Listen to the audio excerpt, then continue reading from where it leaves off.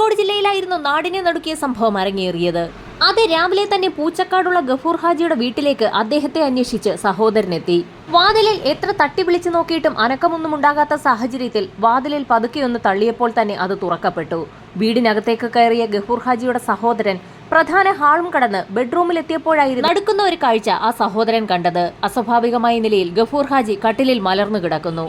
എത്ര കുലുക്കി വിളിച്ചിട്ടും ഗഫൂർ ഹാജിക്ക് ഒരനക്കവുമില്ല എന്ന് മനസ്സിലാക്കിയ സഹോദരൻ ഉറക്കെ നിലവിളിച്ചു തുടങ്ങി. അയാളുടെ ശബ്ദം കേട്ടുകൊണ്ട് അയൽവാസികളും വീട്ടിലുള്ള ആളുകളുമൊക്കെ മുറിയിലേക്ക് ഓടിയെത്തിയ ആളുകൾ പരിശോധിച്ചു നോക്കിയപ്പോൾ തന്നെ ഗഫൂർ ഹാജിയുടെ മരണം സംഭവിച്ചിട്ട് കുറെ അധികം സമയമായി എന്നുള്ള കാര്യം മനസ്സിലായി.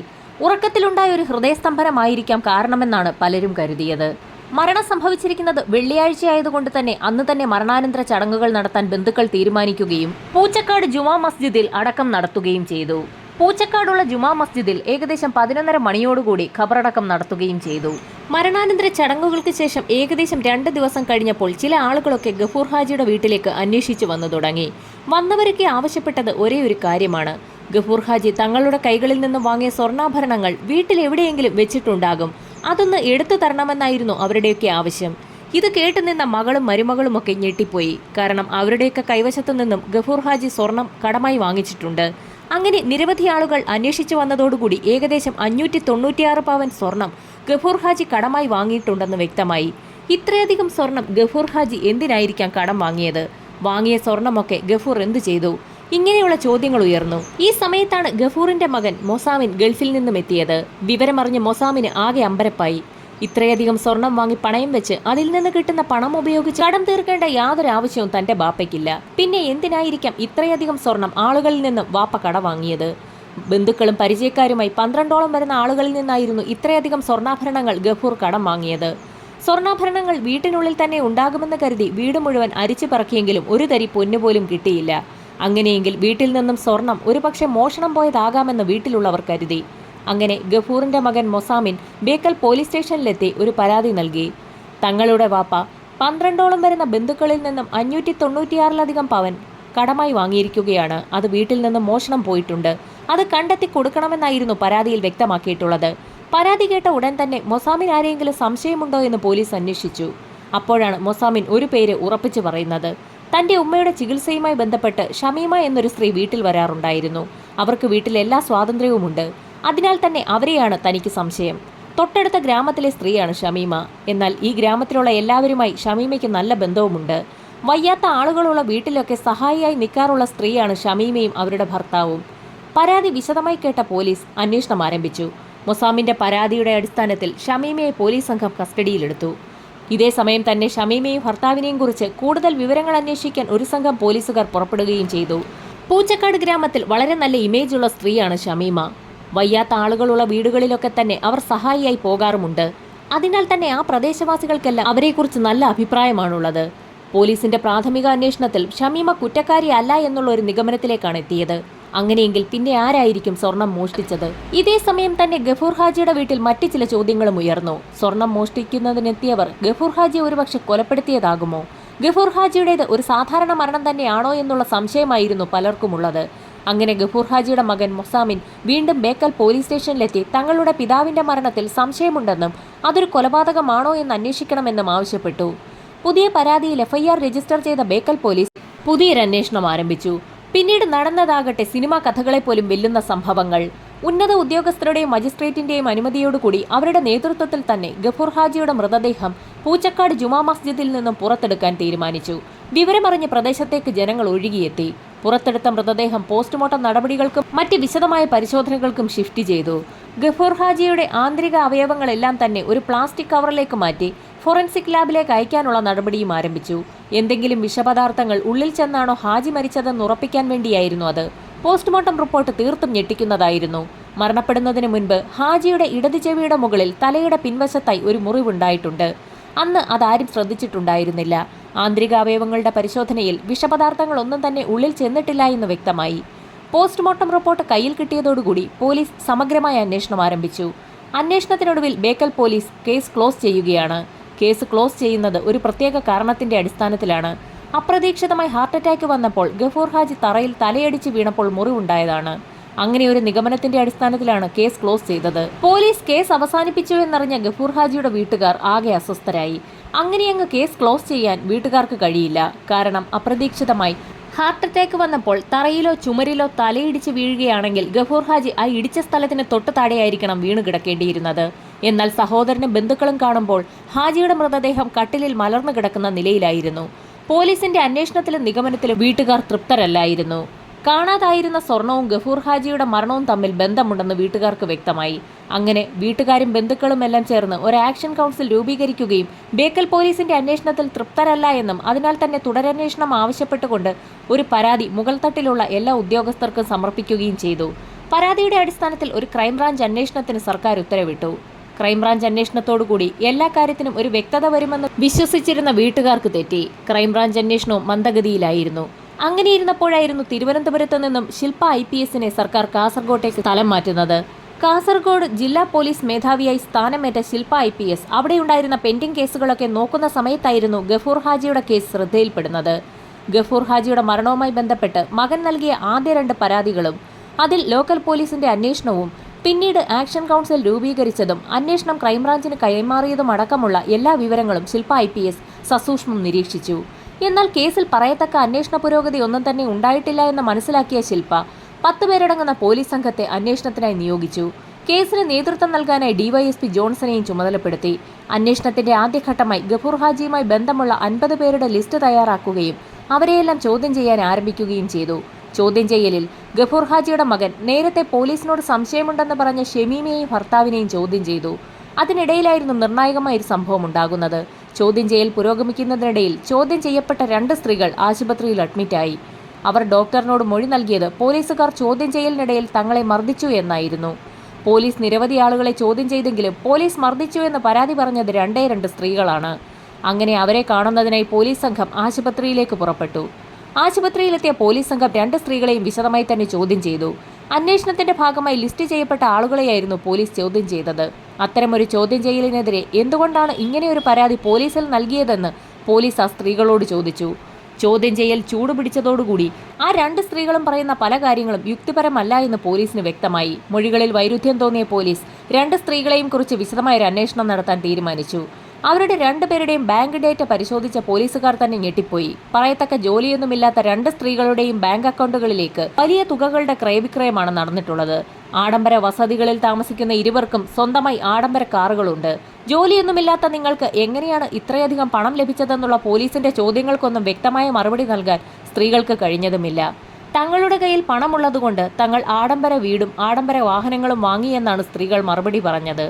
എന്നാൽ എങ്ങനെയാണ് ഇത്രയും പണം നിങ്ങൾക്ക് ലഭിച്ചതെന്നുള്ള ചോദ്യത്തിന് അവർക്ക് മറുപടിയുമില്ല. പോലീസുകാർക്ക് ആകെ സംശയമായി. അങ്ങനെ ആ സ്ത്രീകളുടെ മൊബൈൽ ഫോൺ കേന്ദ്രീകരിച്ച് ഒരു അന്വേഷണം നടത്താൻ തീരുമാനിച്ചു.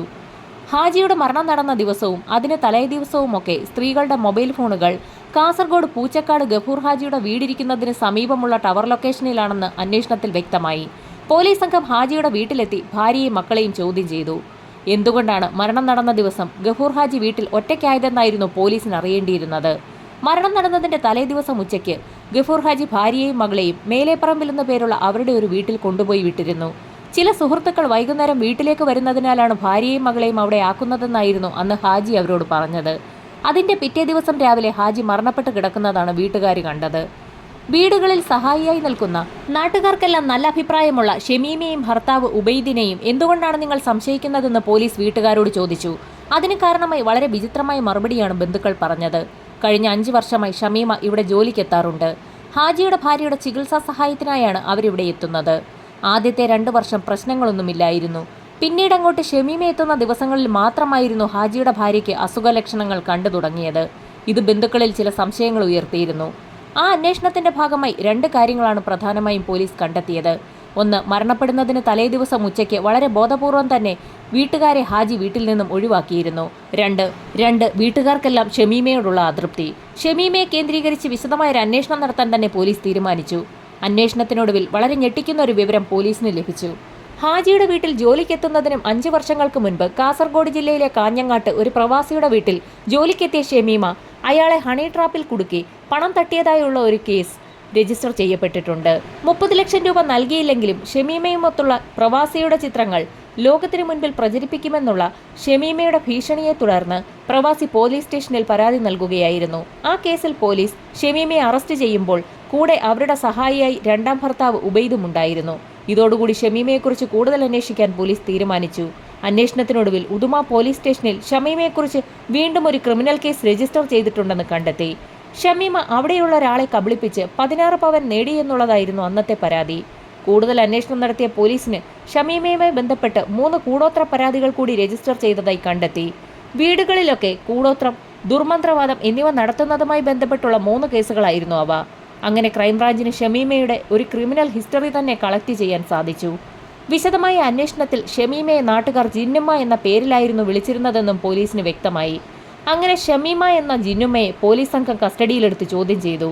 ചോദ്യം ചെയ്യലിൽ തനിക്ക് പ്രത്യേക ശക്തിയുണ്ടെന്നും അത് നാട്ടുകാർക്കൊക്കെ അറിവുള്ളതാണെന്നും ജിന്നുമ്മ എന്ന ഷമീമ വ്യക്തമാക്കി.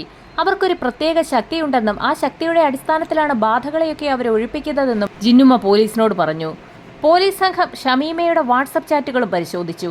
ആ പരിശോധനയിൽ ഷമീമയും മരണപ്പെട്ട ഹാജിയും തമ്മിലുള്ള ചില വാട്സപ്പ് ചാറ്റുകൾ കണ്ടെത്തി. ഗഫൂർ ഹാജി ഷമീമയ്ക്ക് 10 ലക്ഷം രൂപയും സ്വർണ്ണാഭരണങ്ങളും നൽകിയതായി, ഇതിനു പുറമെ ഒരു ഏലസ് നിർമ്മിക്കുന്നതിനായി ഹാജി 55,000 രൂപ ഷമീമയ്ക്ക് നൽകിയതായും വാട്സപ്പ് ചാറ്റുകളിൽ നിന്ന് വ്യക്തമായി. അങ്ങനെ പോലീസ് സംഘം ഷമീമയുടെ ബാങ്ക് വിവരങ്ങൾ വിശദമായി പരിശോധനയ്ക്ക് വിധേയമാക്കി. ഉദുമയിൽ ഒരു ആഡംബര കാർ EMI അടിസ്ഥാനത്തിൽ ഷമീമ വാങ്ങിയിട്ടുണ്ട്. ഹാജിയുടെ മരണം സംഭവിക്കുന്ന സമയത്ത് EMI മുടങ്ങിയിട്ടുണ്ട്. എന്നാൽ മരണശേഷം EMI തവണകൾക്ക് പുറമെ ബാക്കിയുള്ള ലോൺ തുകയായ 9 ലക്ഷം രൂപ പൂർണ്ണമായും ഷമീമ അടച്ചതായും കണ്ടെത്തി. ഷമീമയുടെ മങ്ങോട്ടുള്ള വീട്ടിലും പരിസരത്തും ഒരു അന്വേഷണം നടത്താൻ ഒരു സംഘം പോലീസുകാർ പുറപ്പെട്ടു. ഷമീമയുടെ മൊബൈൽ ഫോൺ കേന്ദ്രീകരിച്ചും ബാങ്ക് ഇടപാടുകളെക്കുറിച്ചും വിശദമായ ഒരു അന്വേഷണം തന്നെ പോലീസ് നടത്തി. ഷമീമയ്ക്കും ഭർത്താവിനും നിരവധി മൊബൈൽ ഫോണുകളും അനവധി സിമ്മുകളും ഉണ്ടെന്ന് കണ്ടെത്തി. ഷമീമയുടെ ബാങ്ക് അക്കൗണ്ട് വിവരങ്ങൾ പരിശോധിച്ച പോലീസ് സംഘത്തിന്റെ കണ്ണുകൾ ഒരു പ്രത്യേക ട്രാൻസാക്ഷനിൽ ഉടക്കി. നേരത്തെയുള്ള ചോദ്യം ചെയ്യലുകളിൽ പോലീസ് സംഘം മർദ്ദിച്ചു എന്ന് പരാതി പറഞ്ഞുകൊണ്ട് ആശുപത്രിയിൽ അഡ്മിറ്റായ 2 സ്ത്രീകളുടെ അക്കൗണ്ടുകളിലേക്ക് തുക ട്രാൻസ്ഫർ ചെയ്തതിന്റെ തെളിവുകളാണ് പോലീസ് കണ്ടെത്തിയത്. ഇതോടുകൂടി ആ 2 സ്ത്രീകളും ഷമീമയും ഉബൈദും ഒരൊറ്റ ടീമാണെന്ന് പോലീസിന് വ്യക്തമായി. ഈ 4 അംഗ സംഘത്തിന് ഹാജിയുടെ വീട്ടിൽ നിന്നും കാണാതായ സ്വർണവുമായി ബന്ധമുണ്ടെന്ന് തന്നെ പോലീസ് ഉറപ്പിച്ചു. ക്യാഷ് ട്രാൻസാക്ഷൻസ് അനവധി നടന്നിട്ടുണ്ടെന്ന് വ്യക്തമായിട്ടുള്ളതിനാൽ സംഘം സ്വർണ്ണാഭരണങ്ങൾ ക്യാഷാക്കി മാറ്റിയിട്ടുണ്ടാകുമെന്നുള്ള നിഗമനത്തിന്റെ അടിസ്ഥാനത്തിൽ സ്വർണം ഏതൊക്കെ ജ്വല്ലറികളിലാണ് നിങ്ങൾ വിറ്റിട്ടുള്ളതെന്ന് പോലീസ് 4 പേരോട് മാറി മാറി ചോദിച്ചു. ചോദ്യം ചെയ്യലിൽ പിടിച്ചു നിൽക്കാതെ വന്നപ്പോൾ 4 പേരും ആഭരണങ്ങൾ എവിടേക്കാണ് വിറ്റതെന്നുള്ള കാര്യങ്ങൾ പോലീസിനോട് വ്യക്തമാക്കി. തെളിവെടുപ്പിനായി ജ്വല്ലറികളിലേക്ക് കൊണ്ടുപോകുന്നതിന് മുമ്പായി പോലീസ് സംഘം ആ 4 പേരുടെയും അറസ്റ്റ് രേഖപ്പെടുത്തി. 1-ാം പ്രതി ഷമീമ, 2-ാം പ്രതി ഉബൈദ്, 3-ാം പ്രതി അൽഷിഫ, 4-ാം പ്രതി ആയിഷ. തെളിവെടുപ്പിന് പ്രതികളുമായി ജ്വല്ലറികളിലേക്ക് പോലീസ് സംഘം പുറപ്പെടുന്നു എന്ന് നേരത്തെ തന്നെ ജ്വല്ലറി ഗ്രൂപ്പുകൾ മനസ്സിലാക്കിയതോടുകൂടി പോലീസിന് മേൽ വലിയൊരു പ്രഷർ തന്നെ ഉണ്ടായി. എന്നാൽ ആരുടെയും വാക്ക് കേൾക്കാതെ സംശയമുള്ളവരെയെല്ലാം ചോദ്യം ചെയ്യാനും തുടർ നടപടികളിലേക്ക് കടക്കാനും SP ശില്പ DYSPക്ക് സംഘത്തിന് നിർദ്ദേശം നൽകി. ജ്വല്ലറികളിലെ ആളുകളെ ചോദ്യം ചെയ്തതിൽ നിന്നും അവരെല്ലാവരും തിരിച്ചറിഞ്ഞത് ആയിഷയാണ്. ഒട്ടുമിക്ക ജ്വല്ലറികളിലും എത്തിയിരിക്കുന്നത് ആയിഷയാണ്. എത്ര പവനാണ് ജ്വല്ലറികളിൽ വിറ്റിരിക്കുന്നതെന്നുള്ള വിവരങ്ങൾ ജ്വല്ലറിയിൽ നിന്ന് തന്നെ പോലീസ് സംഘത്തിന് കണ്ടെത്താനായി. ഇനി പോലീസിന് മുൻപിൽ ഒരു ചോദ്യം മാത്രം: എന്താണ് യഥാർത്ഥത്തിൽ സംഭവിച്ചത്? 4 പ്രതികളെയും വിശദമായി തന്നെ ചോദ്യം ചെയ്തു. പ്രതികൾ ഓരോരുത്തരായി പല കഥകളും പറഞ്ഞു തുടങ്ങി. പലവിധ ചികിത്സകൾ നൽകിയിട്ടും ഏറെ നാളുകളായി രോഗബാധിതയായി തുടരുന്ന ഹാജിയുടെ ഭാര്യയെ ചികിത്സിക്കുന്നതിലേക്കായി ഹാജിയുടെ വീട്ടിലെത്തിയതായിരുന്നു ഷമീമ. പ്രത്യേകതരം ദൈവിക കഴിവുള്ള ആളാണ് ഷമീമയെന്ന് നാട്ടുകാർ പറഞ്ഞു കേട്ടതിൽ നിന്നുമായിരുന്നു ഹാജി അവരെ അവിടെ ജോലിക്ക് വെച്ചത്. ഹാജിയുടെ ഭാര്യയുടെ അസുഖം മൂർച്ഛിക്കുന്ന സമയത്ത് ഹാജി വീട്ടിലുള്ള സമയത്ത് ഷമീമ ഹാജിയോട് പറയാറുണ്ട്, നിങ്ങളുടെ ഭാര്യയുടെ ശരീരത്തിൽ ജിന്നുണ്ട്. ആ ജിന്നിനെ നമ്മൾ ബഹുമാനിച്ചാൽ അത് ശരീരത്തിൽ നിന്ന് വിട്ടുപോകും. ജിന്നിനെ ഒഴിപ്പിക്കുന്നതിനുള്ള ചിലവിലേക്കായി ഗഫൂർ ഹാജി ഷമീമയ്ക്ക് സ്വർണം നൽകിക്കൊണ്ടിരുന്നു. അങ്ങനെ ചികിത്സയുടെ ഭാഗമായി വീട്ടിലുണ്ടായിരുന്ന സ്വർണ്ണാഭരണങ്ങളൊക്കെ തന്നെ തീർന്നു എന്ന് ഹാജി ഷമീമയെ അറിയിച്ചു. അതിന് മറുപടിയായി ഷമീമ പറഞ്ഞതാകട്ടെ ചില ഞെട്ടിക്കുന്ന കാര്യങ്ങളായിരുന്നു. തനിക്ക് ജിന്നുകളുമായി വളരെ അടുത്ത ബന്ധമുണ്ട്, പോരെങ്കിൽ പ്രത്യേക ശക്തിയുമുണ്ട്. ഇതുപയോഗിച്ച് സ്വർണം ഇരട്ടിപ്പിക്കുന്നൊരു വിദ്യ തനിക്കറിയാം. 50 പവൻ സ്വർണം നൽകിയാൽ അത് 100 പവനാക്കി ഇരട്ടിപ്പിച്ച് നൽകാൻ കഴിയും. ഷമീമ പറഞ്ഞത് വിശ്വസിച്ച് ഹാജി തന്റെ കൈവശമുണ്ടായിരുന്ന കുറച്ച് സ്വർണം കൂടി ഷമീമയെ ഏൽപ്പിച്ചു. കുറച്ച് ദിവസത്തെ പ്രാർത്ഥനകൾക്ക് ശേഷം അത് ഇരട്ടിപ്പിച്ച് നൽകാമെന്നും ഷമീമ ഹാജിക്ക് ഉറപ്പ് നൽകി. സ്വർണം കൈവശപ്പെടുത്തി ഹാജിയുടെ വീട്ടിൽ നിന്ന് മടങ്ങിയ ഷമീമ പിന്നീട് തിരികെ എത്തുകയും ജിന്നുകൾ മാത്രമുള്ള പ്രത്യേക പൂജ നടക്കുന്ന ഒരു മുറിയിൽ താൻ ആ സ്വർണം സൂക്ഷിച്ചു വെച്ചു എന്ന് ഉടൻ തന്നെ അത് ഇരട്ടിയാകുമെന്ന് ഹാജി അറിയിക്കുകയും ചെയ്തു. സ്വർണം ഇരട്ടിപ്പിച്ച് നൽകാൻ ഷമീമയ്ക്ക് കഴിയുമെന്ന് ഹാജി ഉറപ്പിച്ചു വിശ്വസിച്ചു. ഹാജി അങ്ങനെ ഒരു ഗെയിം കളിക്കാൻ തീരുമാനിച്ചു. തന്റെ ബന്ധുക്കളുടെയും സുഹൃത്തുക്കളുടെയും കൈവശം ഒരുപാട് സ്വർണമുണ്ട്. അവയൊക്കെ സംഘടിപ്പിച്ച് ഷമീമയ്ക്ക് നൽകിയാൽ അത് ഇരട്ടിപ്പിച്ച് ഷമീമ തനിക്ക് തിരികെ നൽകും. ഗഫൂർ ഹാജിയെപ്പോലെ ധനികന് സമൂഹത്തിൽ സ്വീകാര്യനുമായ ഒരു വ്യക്തി സ്വർണ്ണാഭരണങ്ങൾ കടം ചോദിച്ചപ്പോൾ തന്നെ ഒരു സംശയവും കൂടാതെ തന്നെ ബന്ധുക്കളും സുഹൃത്തുക്കളും അത് നൽകുകയും ചെയ്തു. അങ്ങനെ കൈവശപ്പെടുത്തിയ സ്വർണ്ണാഭരണങ്ങൾ മുഴുവനും ഹാജി ഷമീമയ്ക്ക് നൽകി. അവരത് കൊണ്ടുപോയി ജിന്നുള്ള മുറിയിൽ അടച്ചുവെച്ച് സ്വർണം ഇരട്ടിപ്പിക്കുകയാണെന്ന് ഹാജി വിശ്വസിക്കുകയും ചെയ്തു. സ്വർണം എന്താവശ്യത്തിനാണ് മറ്റുള്ളവരുടെ കയ്യിൽ നിന്ന് വാങ്ങുന്നതെന്നുള്ള കാര്യം മാത്രം പരസ്യപ്പെടുത്തരുതെന്നും അങ്ങനെ പരസ്യപ്പെടുത്തിയാൽ അത് ജിന്നിന് ഇഷ്ടമാവുകയില്ല എന്നും ഹാജിയോട് ഷമീമ നേരത്തെ തന്നെ പറഞ്ഞിരുന്നു. അങ്ങനെ എല്ലാ ദിവസവും സ്വർണം ഇരട്ടിയായോ എന്ന് ഹാജി ഷമീമയോട് അന്വേഷിച്ചുകൊണ്ടിരുന്നു. അങ്ങനെ ഒരു ദിവസം താൻ നൽകിയ സ്വർണം ഇരട്ടിപ്പിച്ച് നൽകാമെന്ന് ഷമീമ അയാൾക്ക് വാക്ക് നൽകി. സ്വർണം നൽകുന്ന ദിവസം വീട്ടിൽ മറ്റാരുമുണ്ടാകാൻ പാടില്ല എന്ന് ഷമീമയുടെ നിർദ്ദേശപ്രകാരമായിരുന്നു ഹാജി വീട്ടിലുള്ളവരെയെല്ലാം വേറൊരു സ്ഥലത്തേക്ക് മാറ്റിയത്. സംഭവം നടക്കുന്ന വൈകുന്നേരം ഷമീമയും സംഘവും ഹാജിയുടെ വീട്ടിലേക്ക് എത്തുകയും 9 മണിയോടുകൂടി സ്വർണം ഇരട്ടിപ്പിക്കുന്ന പൂജ ആരംഭിക്കുകയും ചെയ്യാമെന്ന് അറിയിക്കുകയും ചെയ്തു. പൂജ നടക്കുന്ന സമയത്ത് കന്നഡ ഭാഷ സംസാരിക്കുന്ന പാത്തൂട്ടി എന്ന ജിന്നാണ് ഷമീമയുടെ ശരീരത്തിൽ പ്രത്യക്ഷപ്പെടുക. അതിനുശേഷം ആ ജിന്ന് സ്വർണം ഇരട്ടിപ്പിക്കുകയും ചെയ്യും. 4 സംഘം പറഞ്ഞ കഥകൾ പൂർണ്ണമായും ഹാജി വിശ്വസിച്ചു. പൂജയുടെ ഭാഗമാണെന്ന് പറഞ്ഞ് ഹാജിയുടെ തലയിലേക്ക് ഒരു വെള്ളത്തുണി അവർ കെട്ടുകയും ചെയ്തു. എങ്കിൽ മാത്രമേ ഹാജിക്ക് ജിന്നിനെ കാണാൻ കഴിയൂ എന്നായിരുന്നു ഷമീമ പറഞ്ഞ് വിശ്വസിപ്പിച്ചത്. അങ്ങനെ ഒരു ചുവരിനോട് ചേർന്ന് തലയിൽ വെള്ളത്തുണിയും കെട്ടി കണ്ണടച്ചിരിക്കുന്ന ഹാജിയുടെ മുൻപിൽ ഷമീമ കന്നഡത്തിൽ സംസാരിച്ചു തുടങ്ങി. ഈ സമയത്താണ് കണ്ണടച്ച് പ്രാർത്ഥിച്ചുകൊണ്ടിരുന്ന ഹാജിയുടെ തല ഉബൈദ് പതുക്കെ ചുമരിലേക്കൊന്നിടിച്ചത്. അങ്ങനെ ഇടിച്ചെങ്കിൽ മാത്രമേ ജിന്നിനെ കാണാൻ കഴിയൂ എന്ന് ഷമീമ പറഞ്ഞതിന്റെ അടിസ്ഥാനത്തിലാണ് അങ്ങനെ ചെയ്തത്. 3 പേർ കൂടി ഹാജിയുടെ തല ചുമരിലേക്ക് ഇടിച്ചുകൊണ്ടേയിരുന്നു. ഉബൈദും 2 സ്ത്രീകളും കൂടി ഹാജിയുടെ തല ഭിത്തിയിൽ ശക്തമായി ഇടിച്ചിടിച്ച് കൊലപ്പെടുത്തുകയായിരുന്നു. ഭിത്തിയിലിടിക്കുമ്പോൾ രക്തം ഭിത്തിയിലാകാതിരിക്കാനാണ് ശക്തമായി ഒരു വെള്ളത്തുണി തലയിൽ കെട്ടിയത്.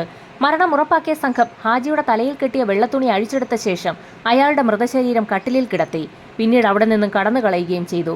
പിറ്റേ ദിവസം ആളുകൾക്ക് സംശയം തോന്നാത്ത രീതിയിൽ ഷമീമയും ഭർത്താവ് ഉബൈദും ഹാജിയുടെ മരണാനന്തര ചടങ്ങുകളിലെല്ലാം സജീവമായി പങ്കെടുക്കുകയും ചെയ്തു. അങ്ങനെ വളരെ വ്യക്തമായി പ്ലാൻ ചെയ്ത് നടപ്പാക്കിയ ഒരു കൊലപാതകമാണ് കേരള പോലീസ് അതിവിദഗ്ധമായി തെളിയിച്ചത്. പ്രതികളുടെ അറസ്റ്റ് രേഖപ്പെടുത്തിയ പോലീസ് സംഘം മജിസ്ട്രേറ്റിന് മുൻപിൽ ഹാജരാക്കി പ്രതികളെ റിമാൻഡ് ചെയ്തു. പ്രതികളിൽ നിന്ന് 10 ലക്ഷം രൂപയും കുറച്ച് സ്വർണ്ണാഭരണങ്ങളും മറ്റ് വിലപിടിപ്പുള്ള വസ്തുക്കളും സംഘം പിടിച്ചെടുത്തു. സ്വർണം ഇരട്ടിയാക്കാമെന്ന വാഗ്ദാനം പാലിക്കാൻ സംഘത്തിന് കഴിയാത്തതാണ് ഗഫൂറിന്റെ കൊലപാതകത്തിന് കാരണമായതെന്ന് പോലീസ് വെളിപ്പെടുത്തിയിരിക്കുകയാണ്. ഗഫൂറിന്റെ വിശ്വാസം ചൂഷണം ചെയ്യാനുള്ള ഒരു പദ്ധതിയായി ഇതാദ്യം തുടങ്ങിയത്. അവരുടെ കുറ്റകൃത്യം മറച്ചുവെക്കാനുള്ള ക്രൂരമായ കൊലപാതകത്തിൽ ഒടുവിൽ അത് കലാശിച്ചു. ഈ സംഭവം കേരളത്തിൽ മന്ത്രവാദത്തിന്റെയും അന്ധവിശ്വാസങ്ങളുടെയും സ്വാധീനത്തെക്കുറിച്ചുള്ള ആശങ്കകൾ വീണ്ടും ജ്വലിപ്പിച്ചിരിക്കുകയാണിപ്പോൾ. വ്യാപകമായ ബോധവൽക്കരണ പ്രചാരണങ്ങൾ നടക്കുന്നുണ്ടെങ്കിലും ഇതുപോലുള്ള കേസുകൾ സമൂഹത്തിന്റെ ചില വിഭാഗങ്ങളിൽ മന്ത്രവാദത്തിന്റെ നിരന്തരമായ പിടി എടുത്തു കാണിക്കുന്നുവെന്ന് കോടതി ചൂണ്ടിക്കാട്ടിയിരിക്കുകയാണ്.